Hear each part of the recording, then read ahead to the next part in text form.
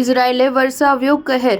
Air સ્ટ્રાઇકમાં 12 સ્વાસ્થ્યકર્મીઓના લીધા જીવ. લેબનોનમાં હાહાકાર. Israel અને લેબનોનમાં હેલ્થ ઇમરજન્સી સર્વિસના કેન્દ્ર પર હવાઈ હુમલામાં 12 સ્વાસ્થ્યકર્મીઓની મોત થઈ ચૂકી છે.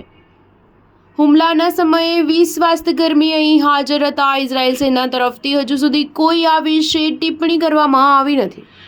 લેબનોનના સ્વાસ્થ્ય મંત્રાલયે આ હુમલાને બર્બર કાર્યવાહી જણાવી અને કહ્યું કે લેબનોનના સિવિલ ડિફેન્સ ફોર્સની હિઝબુલ્લા સાથે કોઈ સંબંધ નથી. આ પહેલા ઇઝરાયેલે સિરિયામાં દમિશ્ક અને કુદસાયા પર હવાઈ હુમલા કર્યા, જેમાં 15 લોકોના મોત થઈ ગયા અને અન્ય ઘાયલ થઈ ગયા. દમિશ્કના માજેહમાં મિસાઇલ હુમલામાં 5 માળની ઇમારત ક્ષતિગ્રસ્ત થઈ ગઈ. ઇઝરાયેલની સેનાએ કહ્યું કે તેણે ઇસ્લામિક જેહાદ આતંકવાદી સમૂહના ઇન્ફ્રાસ્ટ્રક્ચર અને કમાન્ડ સેન્ટર્સને નિશાનો બનાવ્યા હતા. આરોગ્ય મંત્રાલયે આ હુમલાને બર્બર કાર્યવાહી જણાવી કહ્યું કે લેબનોનના સિવિલ ડિફેન્સ ફોર્સની હિઝબુલ્લા સાથે કોઈ સંબંધ નથી. આ હવાઈ હુમલા ઈરાનના દિગ્ગજ નેતા અલી ખામેનેઈના સલાહકાર અલી લારીઝાનાની સિરિયાની રાજધાનીમાં ઈરાની દૂતાવાસમાં પેલેસ્ટાઇનના જૂથના પ્રતિનિધિઓ સાથે બેઠકના થોડા સમય પહેલા જ થયો હતો.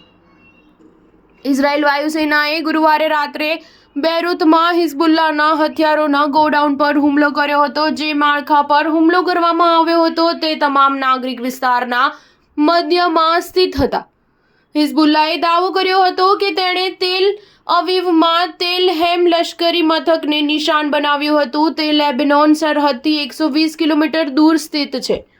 દાવો કરવામાં આવી રહ્યો છે કે આ બેઝ ઇઝરાયેલ આર્મીના મિલિટરી ઇન્ટેલિજન્સ ડિવિઝનનું છે. ઈરાની સેનાના મુખ્ય કમાન્ડર અબ્દુલ્રહીમ મૌસવીએ કહ્યું કે હાલ ઇઝરાયેલ દ્વારા કરવામાં આવેલા હુમલાનો વળતો જવાબ આપવામાં આવશે. તેઓએ હુમલામાં મૃત્યુ પામેલા વાયુસેનાના એક સભ્યના પરિવાર સાથે મુલાકાત દરમિયાન ટિપ્પણી કરી કે અમે પ્રતિક્રિયાનો સમય રીત નિર્ધારિત કરીશું અને જ્યારે જરૂરી હશે ખચકાશું નહીં.